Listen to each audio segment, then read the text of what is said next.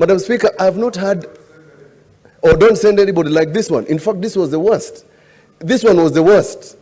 And I don't know whether it's a committee of energy, but this was the worst. Normally, this cabinet secretary send people to snoop, they send people to take photographs, they send all sorts of manner of people. In this one, there was nobody. But what is even worse, Madam Speaker, is that other cabinet secretaries even bother to respond in writing. Even little, the Cabinet Secretary of Finance gives us problems when we ask about the cash register. But occasionally he sends us a paper that doesn't make sense.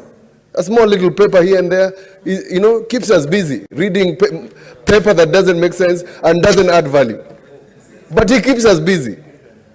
These two cabinet secretaries did not even bother to draft a response. That's why this censure is important, so that it goes on record that these cabinet secretaries are not fit to hold public office. It must be that when there is contempt of parliament, it must be contempt of the people of Kenya. It is contempt against the people of Makueni. It is contempt against the people of Tharaka-Nithi. But let's ask the question, who is going to tell the king is naked? Who? Who is going to tell the king he is naked? It's unfortunate. These slogans that are all over the place have confused people. Somebody said, a famous person said, the buck stops at my desk. Thank you for reminding me. This buck stops at the desk of the President of the Republic of Kenya.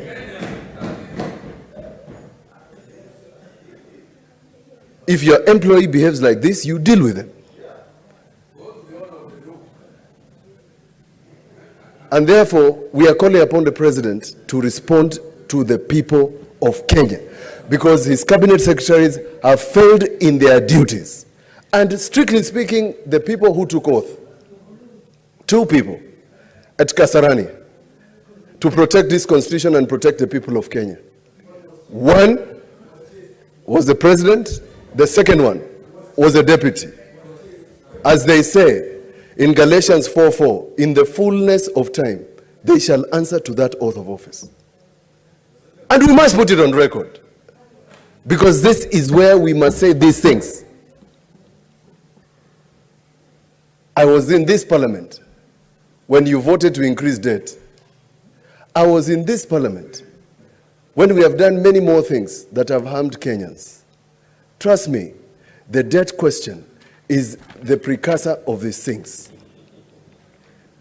And Senator Orengo is right, and Senator Wetangula, that how can you have a monopoly which is bankrupt?